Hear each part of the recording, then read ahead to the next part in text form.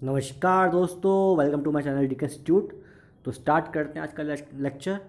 तो आज मैं पढ़ाऊंगा आपको परसेंटेज के बारे में। कुछ क्वेश्चंस देखते हैं परसेंटेज के बारे में जो एग्ज़ाम में आ चुके हैं।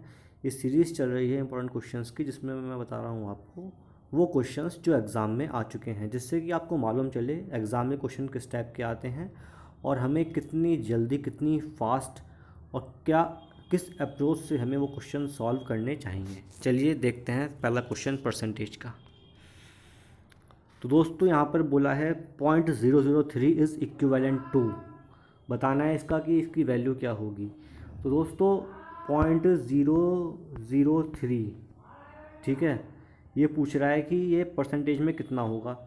तो हम जानते हैं जब भी हमें निकालना हो परसेंटेज, तो हमें क्या करना पड़ेगा, डिवाइड बाय, इसको पॉइंट चेंज करेंगे, मल्टीप्लाई बाय 100 कर देंगे इसको, ठीक है। जब भी निकालना पड़ेगा परसेंटेज तो उसको 100 से आप मल्टीप्लाई कर दो फ्रैक्शन को। तो पॉइंट हटाया हमने, नीचे क्या आ गया, 1000 आ गया दोस्तों। तो ये आ गया 100 से ये कटा 2 ज़ीरो, तो मतलब ये आ गया 0.3। तो 0.3% इज़ द आंसर। बात समझ में आ रही है। जब भी आपको ये दे रखा है डेसिमल फॉर्म है, डेसिमल फॉर्म को चेंज करना है अगर आपको परसेंटेज के अंदर, then you will multiply that decimal value with 100 and you will get the answer. Next question पे आते हैं। A exceed B by 60% and B is less than C by 20%, then A and C का ratio क्या होगा। तो दोस्तों start करते हैं सी से। मान लो सी अगर 100 है तो B is less than C by 20।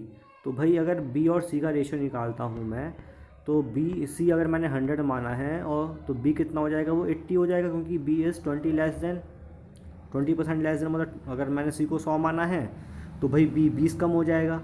अब बोल रहा है कि ए और बी का जो रेशियो है, भाई बी मैंने निकाल लिया, कितना आया अभी, 80 आया।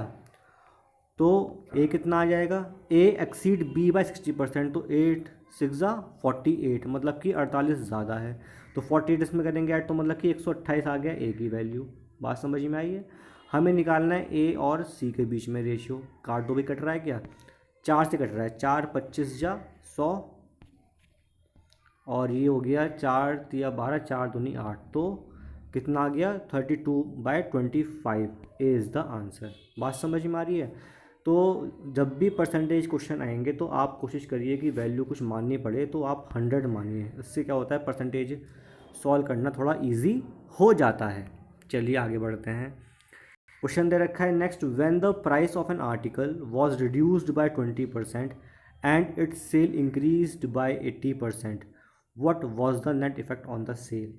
तो भाई अगर प्राइस पहले 100 था तो अब क्या हुआ, 20% रिड्यूस हो गया प्राइस, मतलब कि अब प्राइस 80 हो गया। बात समझ में आई है।